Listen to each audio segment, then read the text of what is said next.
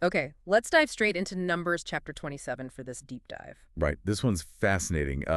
It brings together two, well, seemingly quite different events. Exactly. You've got this major change in like inheritance law, and then this really crucial leadership handover. Both happening right before the Israelites are about to face a huge transition, entering Yeah. the Promised Land. It tells you a lot. It really does. So it starts with this case involving five sisters: Mala, Noah, Hogla, Melka, and Tirzah. Daughters of a man named Zelophehad. And their situation is, well, their father died out in the desert.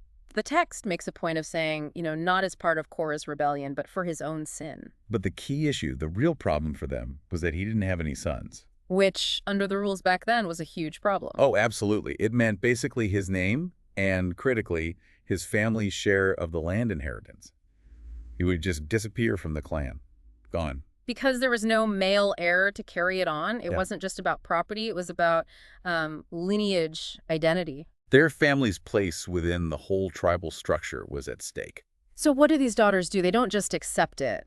They take action. A really bold action. They go right up to the front to Moses, Eleazar the priest, all the leaders, a whole assembly gathered there at the tent of meeting. And they lay out their case. It's this incredibly direct plea. They ask, why should our father's name disappear from his clan just because he had no son? And then they demand, give us property among our father's relatives. They're not just asking, they're stating their claim. It's a challenge, really, based on fairness, on the idea that this outcome just isn't right. And what's really interesting is Moses' reaction. He doesn't just decide then and there. No, he takes their case, their specific situation, directly to the Lord. He seeks higher guidance. And the answer that comes back, it's quite remarkable. It really is. The Lord says point blank, what Zelophehad's daughters are saying is right. He completely validates their argument. He doesn't just say they're right. He commands that they must be given an inheritance among their father's relatives. Their specific case is settled. But it doesn't stop there. And this is the crucial part, I think. Right. This specific ruling becomes the basis for a whole new legal standard for all Israelites. Exactly. The Lord lays out a new inheritance law sequence. If a man dies with no son, the inheritance goes to his daughter. And if he has no daughter either. Then it goes to his brothers. No brothers. It passes to his father's brothers. And if even they aren't around. Then it goes to the nearest relative in his clan. It establishes this clear hierarchy, prioritizing keeping the inheritance within the wider family. So this is like a fundamental legal reform. And it came about because these women advocated for their rights, for fairness. It set a whole new precedent. It shows that the law, even foundational law like inheritance, wasn't totally rigid. It could adapt, especially when, faced with a compelling case based on justice and family continuity. It really makes you wonder about the perceived inflexibility of ancient law, doesn't it? Definitely. But then the chapter shifts gears pretty dramatically. Yeah, it moves from this legal case straight into leadership transition. The Lord tells Moses his time is nearly up. He'll get to see the Promised Land from a distance, from Mount Abarim, but he won't be leading the people in.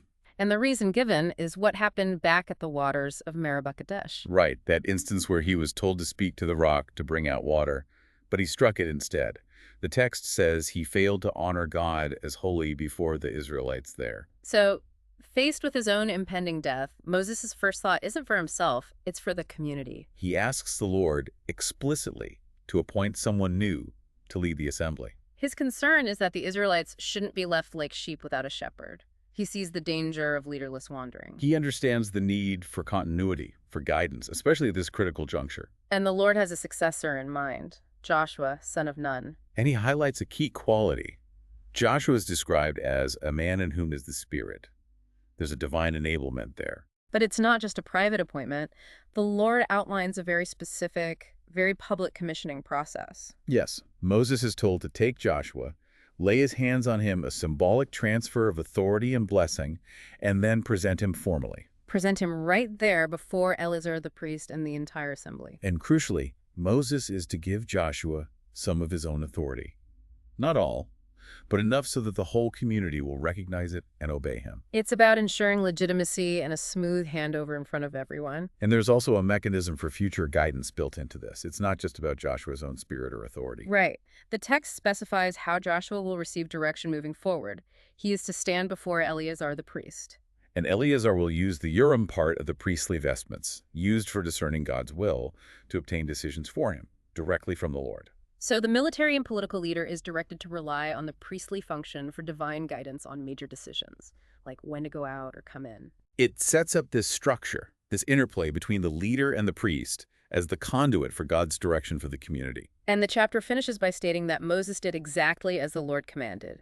He performed the public commissioning, laying his hands on Joshua before the priest and the people. A clear, unambiguous transfer of leadership, setting the stage for the next chapter in Israel's story. So you get these two major developments packed into one chapter. First, this incredible legal change regarding inheritance, driven by women's advocacy. And second, this very deliberate, public, and divinely ordained transition of leadership, from the foundational figure of Moses to his successor, Joshua, with a system for ongoing guidance. It really leaves you thinking, doesn't it? How these moments of, well, challenge or potential crisis, the daughter's situation, Moses's imminent death, how they actually serve to reveal and even reshape a community's fundamental laws and structures. Exactly. It shows how addressing immediate needs can lead to lasting changes in how a society organizes itself and moves forward. A lot to consider there.